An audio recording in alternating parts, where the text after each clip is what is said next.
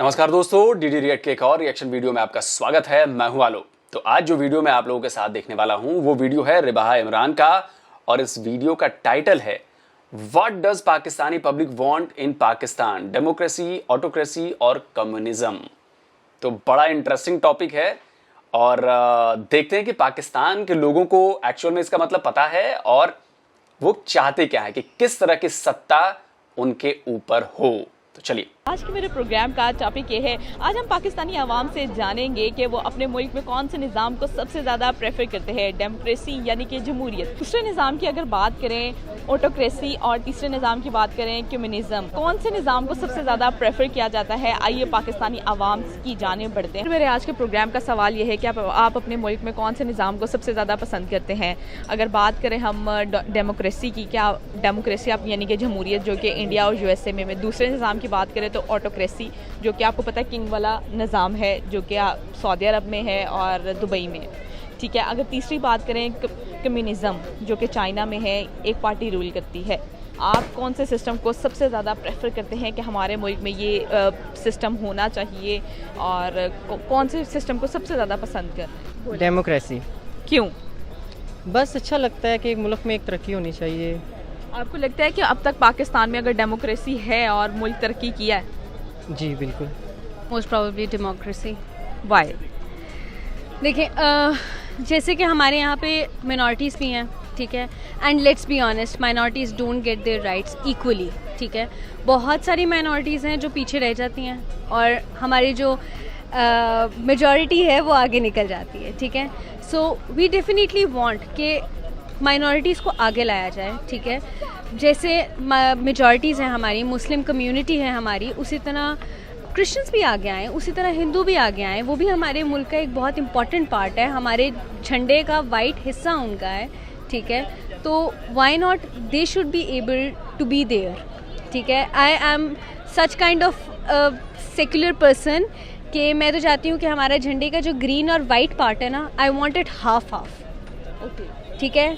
कि हमने, मुझे जो ये बहन लग रही है ना, ये पक्का मुस्लिम कम्युनिटी से नहीं है। मैं शर्त लगाए कह सकता हूं ये मुस्लिम कम्युनिटी से नहीं है, नहीं तो इतनी खुल के बातें ये नहीं कर सकती। मैंने आज तक किसी भी मुस्लिम को माइनॉरिटी के लिए इतनी खुल के बातें करते हुए मैंने नहीं देखा है। तो ये मैं शर्त लगा सकता हूं कि ये महिला, ये बहन मुस्लिम कम्युनिटी की नहीं है। कि हमने वाइट पार्ट को इतना सा हिस्सा क्यों दिया हुआ है? अगर हम कहते हैं कि हम इक्वल हैं, हम साथ रहते हैं, हमारा सब कुछ इकट्ठे है, तो why not give it a half part white, a half part green, ठीक है। वही चीज़ हम लोग अपनी रियल लाइफ में भी लाएं। यहाँ पे जो हमारी माइनॉरिटीज़ हैं उनको भी हक दिया जाए कि वो भी कभी प्रेसिडेंट के लिए लड़ें, ठीक है, वो भी कभी प्राइम मिनिस्टर बने। जितना ये मुल्क आप लोगों का है उतना ही माइनॉरिटीज़ का है। So why not they should be the one कि वो भी आगे आएँ, वो भी अपना कुछ हुनर दिखाएं, ठीक है। तो आई डेफिनेटली वांट कि democracy should be the one. आप कौन सी माइनॉरिटी से ताल्लुक़? I am Christian.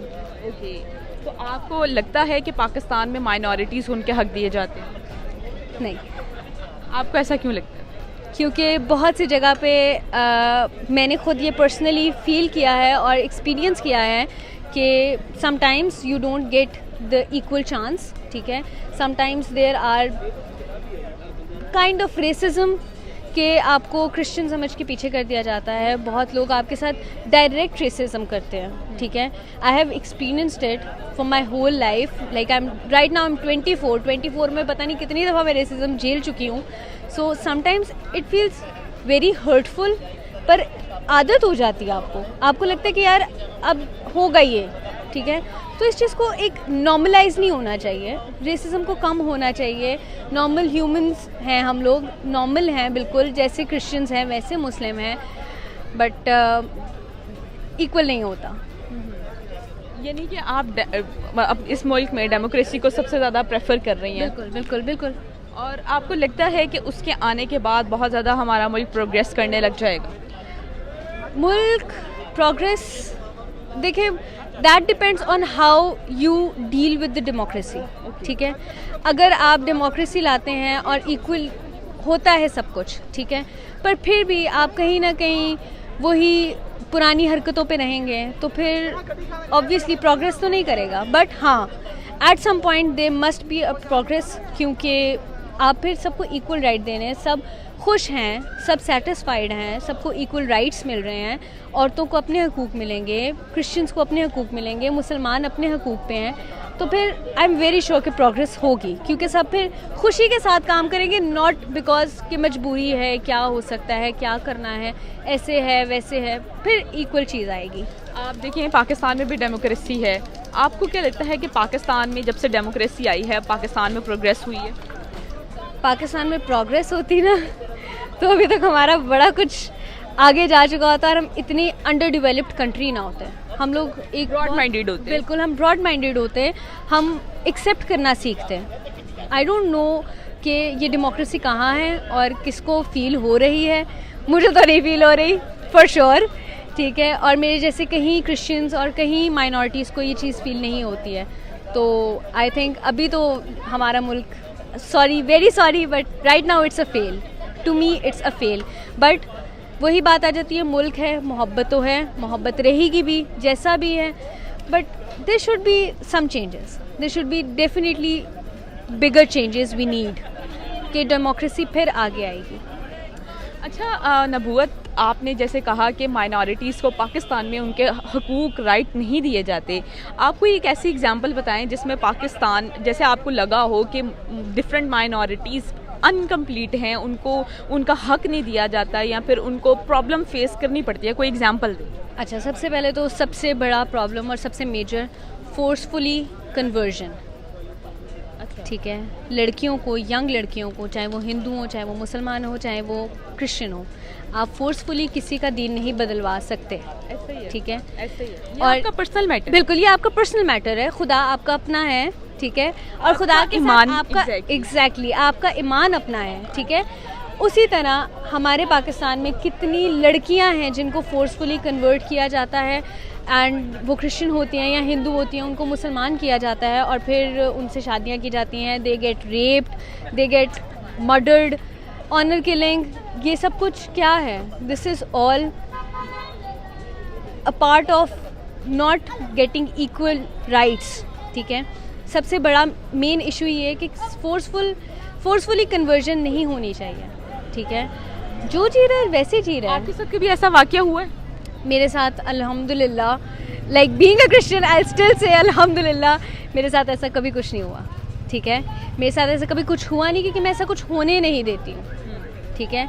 I am a very strong women, ठीक है, a very independent women, I don't give people that much right, but सब इतने strong नहीं होते हैं, सबको इतना वो नहीं होता है, एक्सपोजर नहीं मिलता है, तो सपोर्ट नहीं मिलता है, तो वाई डील देम लाइक कि वो बेचारे हैं, तो फिर उनको उस तरह से डील किया जाए। थैंक यू सो जी देखें, मैं बीच में रोक रहा हूं क्योंकि दो बातें मुझे कहनी है और बहुत ज़रूरी है कहनी।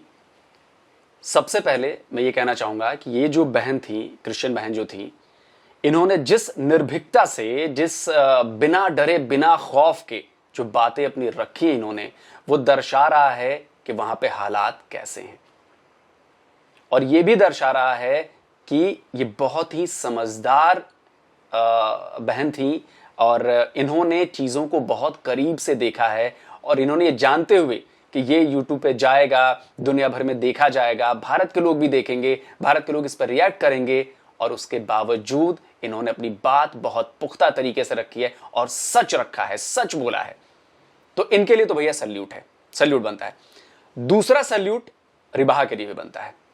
रिबाहा ने ये हिम्मत दिखाई कि उनके चैनल पर, मैं और किसी चैनल पर नहीं देखता, लेकिन रिबाहा ने पहली बार हिम्मत दिखाई कि एक नॉन मुस्लिम महिला चैनल पर आई, उनको पूरी बातें करने का मौका दिया, और एडिट में वो सारी जो कटु सत्य हैं, जिसे हम कड़वा सच कहते हैं, जो उन बहन ने बोला पाकिस्तान के बारे में, वहां की माइनॉरिटी के बारे में, वहां की मेजॉरिटी की नीयत के बारे में, कन्वर्जन के बारे में, और महिलाओं के हक की बात की, अल्पसंख्यकों के हक की बात की।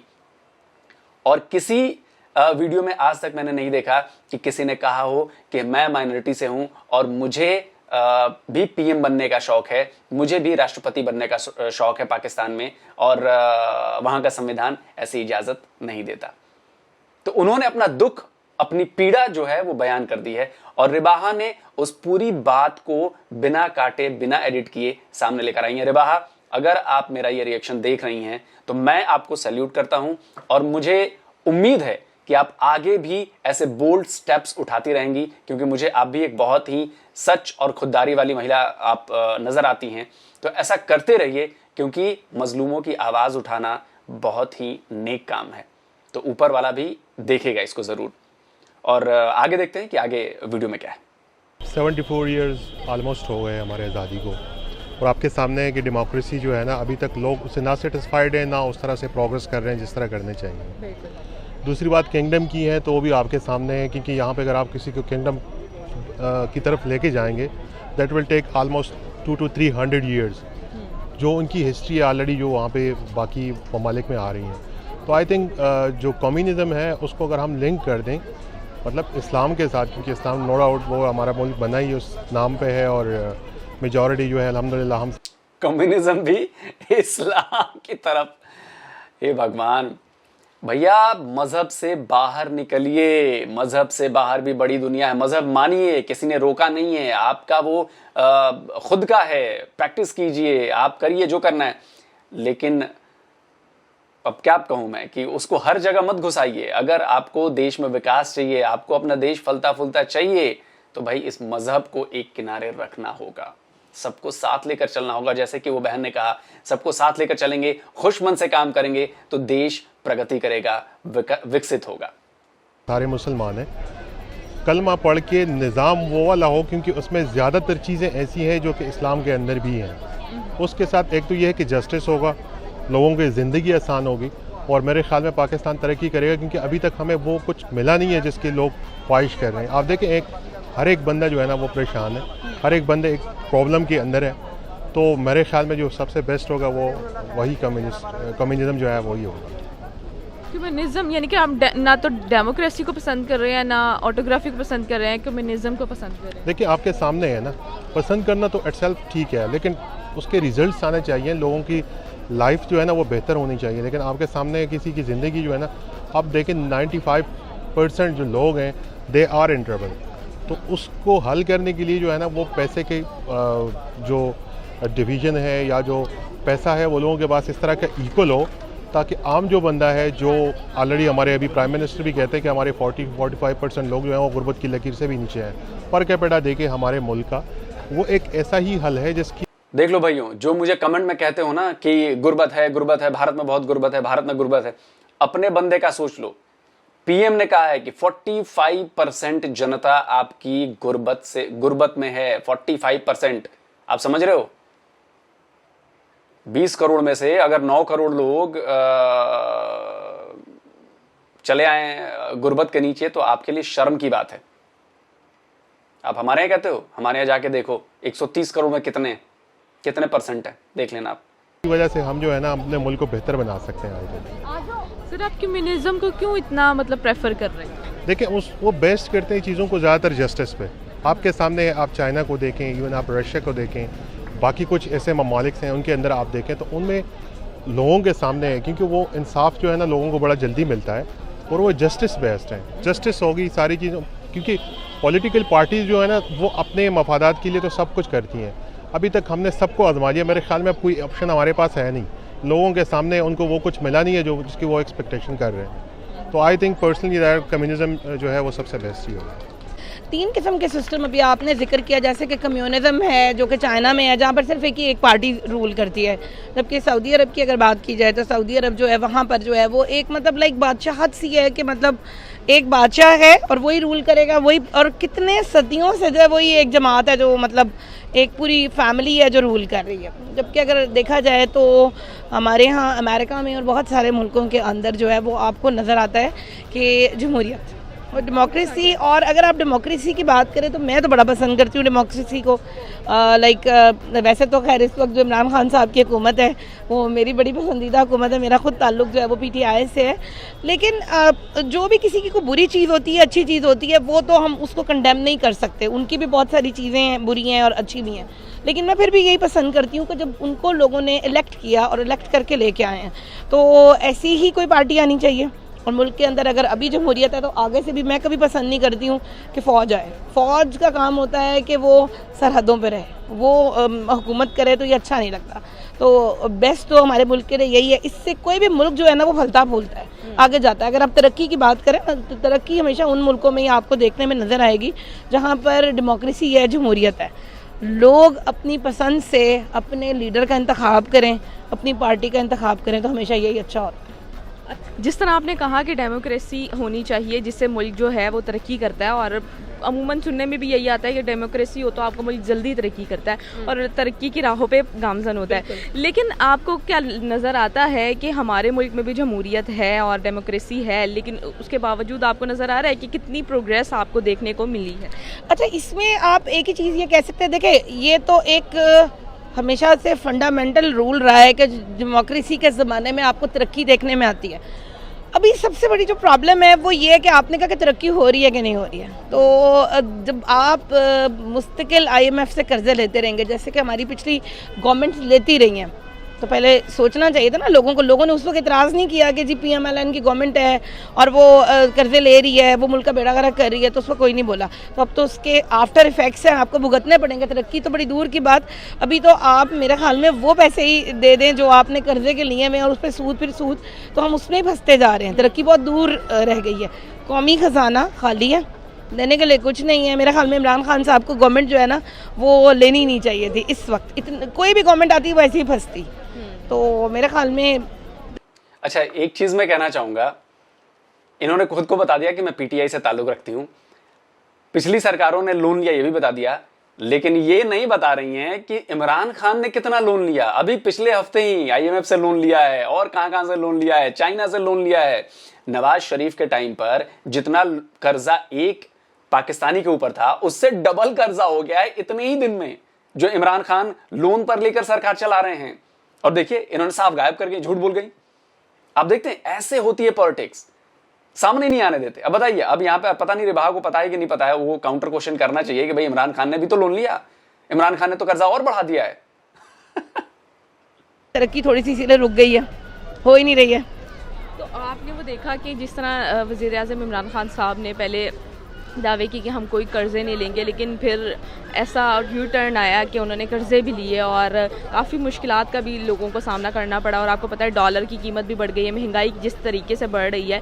आप उसके बावजूद किसको सपोर्ट करती हैं और क्या देख रही हैं इस हुकूमत को, कहाँ पर देख रही हैं? डॉलर जो है वो तो इमरान खान साहब ने महंगा नहीं किया। तो आलमी मार्केट में जब भी कभी कीमतें ज़्यादा होती हैं, सोने की कीमत जो है वो स्विट्ज़रलैंड में सट्टा लगता है, वहाँ से वो ज़्यादा होती है, और उसके बाद जो है वो डॉलर उसकी नतीजे में ज़्यादा होता है। तो इसमें तो इमरान खान साहब ने कुछ नहीं किया। हाँ, ये ज़रूर कह सकते हैं कि उनकी बहुत सारी स्ट्रेटजीज़ गलत हो सकती हैं, और जब आप हुकूमत में नहीं होते तो आप बहुत सारे दावे करते हैं, आपने वोट लेने होते हैं, आपने बहुत सारी चीज़ें करनी होती है, तो आप कहते हैं कि नहीं नहीं मैं आऊँगा तो मैं ये कर दूँगा, लेकिन हकीकत उसके बरक्स होती है। जब आप आते हैं तो आप वो नहीं कर पाते। बहुत दफ़ा शहबाज शरीफ साहब ने कहा, नवाज शरीफ साहब ने कहा मैं आऊँगा तो मैं ये कर दूँगा, मैं मॉडल टाउन वाले वाक़े के लिए ये कर दूँगा, फ़लाँ कर दूँगा, लेकिन आज तक ऐसा कभी हुआ? 3 दफ़ा वो हुकूमत में रह चुके हैं। तो ये कुछ वोट लेने के लिए दावे भी होते हैं। और अगर आप ये बात करें कि मैं इस वक्त किसको सपोर्ट करती हूँ, मैं फिर भी PTI को सपोर्ट करूँगी।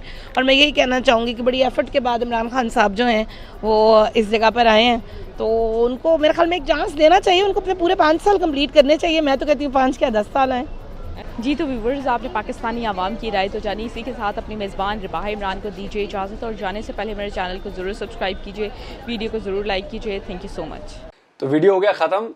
देखिए, रिबाह ने सवाल पूछा कि भाई इमरान खान ने भी तो कर्जे लिए, लेकिन उसका जवाब इन मोहतरमा ने नहीं दिया। साफ साफ है कि भाई अपनी नाकामी छुपानी है बॉस, मुंह से ज़बान से निकलनी नहीं चाहिए।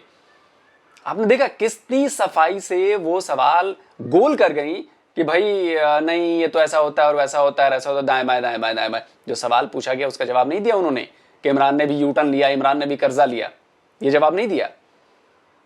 अब बताइए, अब जब ऐसे लोग हैं जो अपनी ही नाकामी पर नहीं बोलते हैं और उनकी वजह से देश को नुकसान उठाना पड़ता है, तो भैया कौन? हमारे यहाँ तो देखो, एक जरा सी बात होती है पूरी सड़कों पे लोग उतर जाते हैं, ये है फलां है ठिकना है, दवा बना देते हैं, सब कुछ हो जाता है।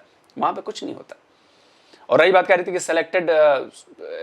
इलेक्टेड पीएम है, इलेक्टेड पीएम, तो भैया हैं तो सेलेक्टेड पीएम ही। वो पहली बार में जबान से सही बात निकली मेरे, हैं तो सेलेक्टेड पीएम, इलेक्टेड पीएम तो नहीं है। अगर इलेक्टेड पीएम होते तो आवाम की भलाई के लिए काम करते। इतना सारा कर्जा, हर एक पाकिस्तानी को 2 गुने कर्जे में डुबा दिया इन्होंने, और सरकार इनसे चल नहीं रही है, हर जगह मात खा रहे हैं। उसके बाद भी चूंकि सेलेक्टेड पीएम है, सेना ने सपोर्ट कर रखा है, तो भाई चल रही है। और पता नहीं वहां की जनता अब क्या चाहती है। भाई जनता पूरे वीडियो को देखने के बाद तो ये लगता है कि डेमोक्रेसी ही चाहिए। एक भाई साहब कह रहे थे कि कम्युनिज्म चाहिए चाइना की तरह। तो भाई तो चाइना की तरह उइगर मुसलमानों के साथ जो वो इंसाफ कर रहे हैं, जो आप बात कर रहे थे ना कि इंसाफ, तो वो चाइना के हिसाब से तो वो उइगर मुसलमानों पर इंसाफ कर रहे हैं, तो वो बर्दाश्त है आपको? आपके यहाँ जब होने लगेगा तो बर्दाश्त होगा? खैर, भगवान ही मालिक है। नहीं, भगवान कैसे मालिक है? वहां पे तो खैर इस्लामिक राष्ट्र, भगवान मालिक नहीं है, भाई खुदा ही मालिक है उनका। तो मैं भी उम्मीद करूंगा कि भैया पाकिस्तान जो है वो थोड़ा ठीक हो जाए यार, अपना पड़ोसी है। आप भी फले फूलें, खुश रहें, गरीबी से निकलें, और भाई मेरी तो यही दुआ है। बाकी करना न करना आपके ऊपर है, आपकी आवाम के ऊपर है, आपके सियासतदानों के ऊपर है। तो भाई अगर आपको अपना हक चाहिए तो आपको आवाज़ तो उठानी पड़ेगी, और आवाज़ उठाने के लिए, झंडा बुलंद करने के लिए फिर ताकत चाहिए। तो मुझे लग रहा है कि आप लोगों को करना चाहिए, तभी महंगाई गुर्बत से मुक्ति मिलेगी, तभी अच्छी पढ़ाई मिलेगी, तभी अच्छी सुविधाएं मिलेंगी। तो जल्दी हाजिर होता हूं एक और नई वीडियो में। नमस्कार, जय हिंद।